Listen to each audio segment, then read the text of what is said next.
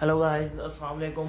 उम्मीद है सब खैर वाफियत से होंगे। आज का टॉपिक है हमारे पास प्रोग्रामिंग फंडामेंटल फंक्शंस। हमने पढ़ने आए कि आज के वीडियो में हमारे पास फंक्शन क्या होते हैं, प्रोग्रामिंग लैंग्वेज हम कौन सी पढ़ रहे हैं, हाँ उसके अंदर फंक्शन क्या होते हैं। आज की वीडियो शुरू करने से पहले मैं आप लोगों से गुजारिश करता हूँ मेरे चैनल को सब्सक्राइब और मेरी वीडियोस को लाइक एंड शेयर लाजमी करिएगा ताकि आप तक मेरी वीडियोस बर वक्त पहुँच सकें। हमारे पास फंक्शन होता है वो क्या होता है, ये हमारे पास ब्लॉक होते हैं।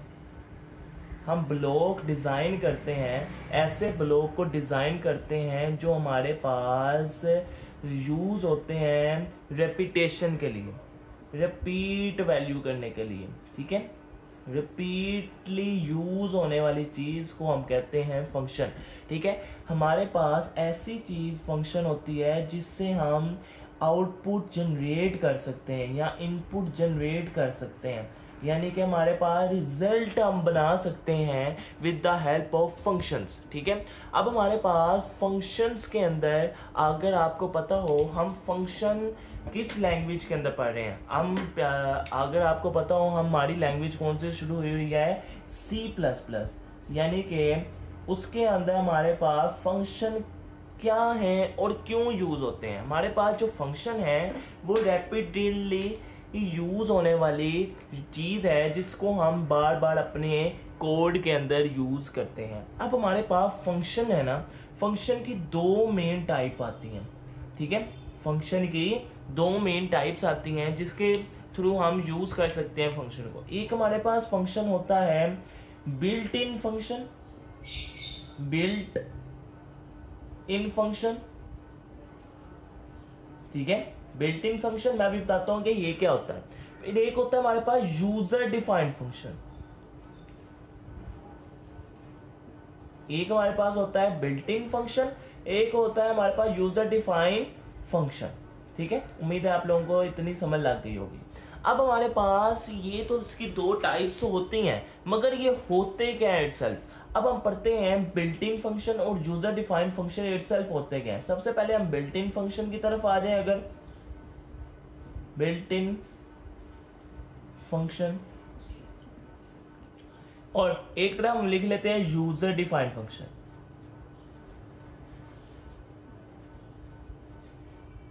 ठीक है, अब हमारे पास बिल्ट इन फंक्शन है, आपने एक चीज याद रखनी है, किसी भी लैंग्वेज चाहे हमारे पास C हो, चाहे हमारे पास C++ हो, चाहे हमारे पास पाइथन हो, चाहे हमारे पास जावा हो या कोई भी लैंग्वेज etc, हमारे पास कोई भी लैंग्वेज हो उसके अंदर बिल्ट इन फंक्शन मौजूद होते हैं जो हमारे पास IDE के अंदर पहले से ही इंस्टॉल होते हैं।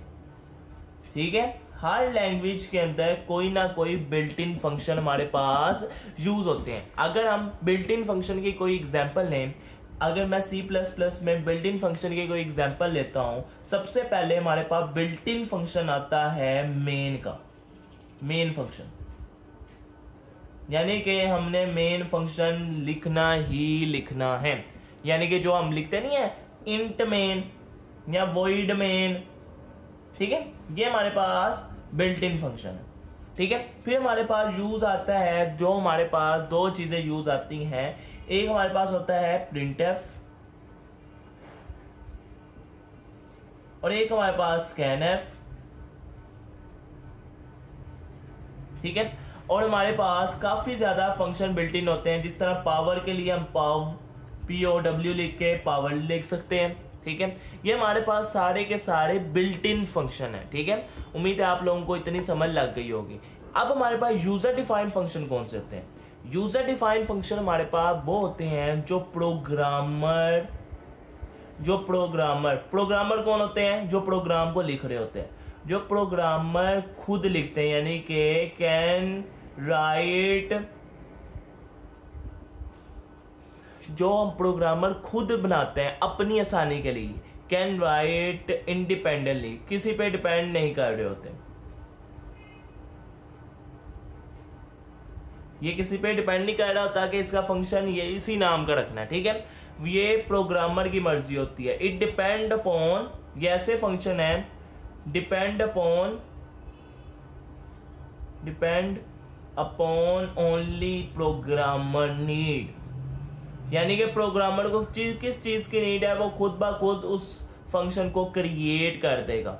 ठीक है, उम्मीद है आप लोगों को इतनी समझ लग गई होगी। अब इसकी सारी एग्जांपल हमें कोई बता दें ताकि हमें क्लियर हो जाए। हमने इधर सबसे पहले मेन यानी कि इंट मेन, अब कोई और फंक्शन भी आ सकता है, जैसे मैं ले सकता हूं इंट सम, ये फंक्शन है।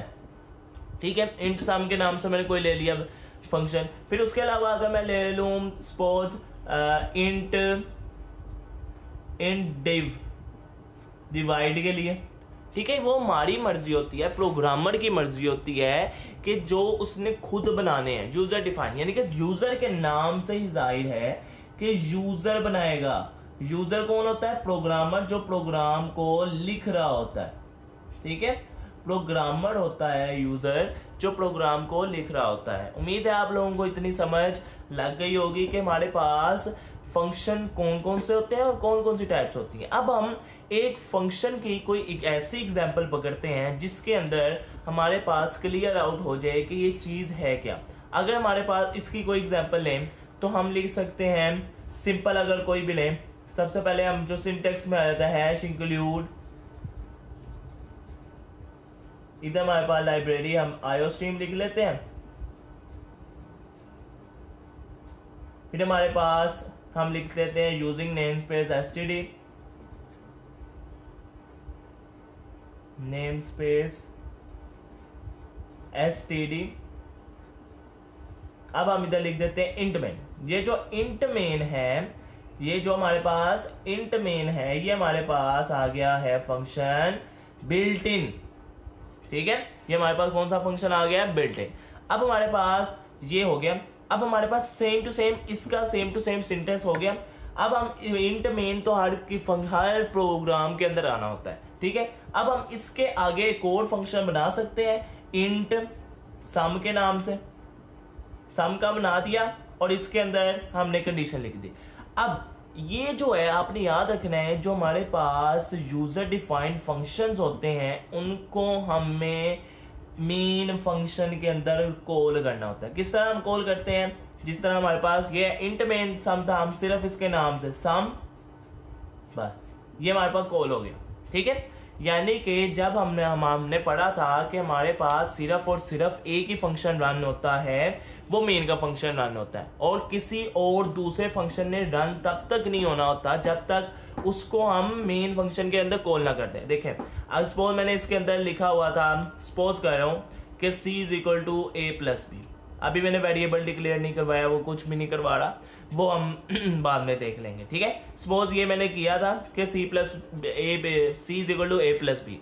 अब मैंने इसको कॉल करवा दिया इधर, यानी कि अब वो क्या करेगा, कंपाइलर आएगा, कंपाइलर देखेगा हैश इंक्लूड आईओस्ट्रीम, ठीक है, यूजिंग नेम स्पेस उसने सही लिखा एसटीडी, फिर इसके आगे हमारे पास ये आ जाता है, फिर इंट मेन, वो कहेगा ठीक है, ब्रैकेट डालनी है, फिर अब वो देखेगा सम, वो देखेगा आगे पीछे देखेगा कि सम के नाम का कोई फंक्शन बना है, तब वो इस फंक्शन के अंदर जाएगा और इसके अंदर जो भी हो रहा होगा उसका रिजल्ट हमें मेन फंक्शन के अंदर कॉल करना पड़ेगा। फिर जो हमारे पास रिजल्ट आएगा वो हमें आउटपुट में शो हो जाएगा। उम्मीद है आप लोगों को इतनी समझ लग गई होगी। आज की वीडियो के लिए इतना ही, मिलते हैं नेक्स्ट वीडियो में, तब तक के लिए अल्लाह हाफिज।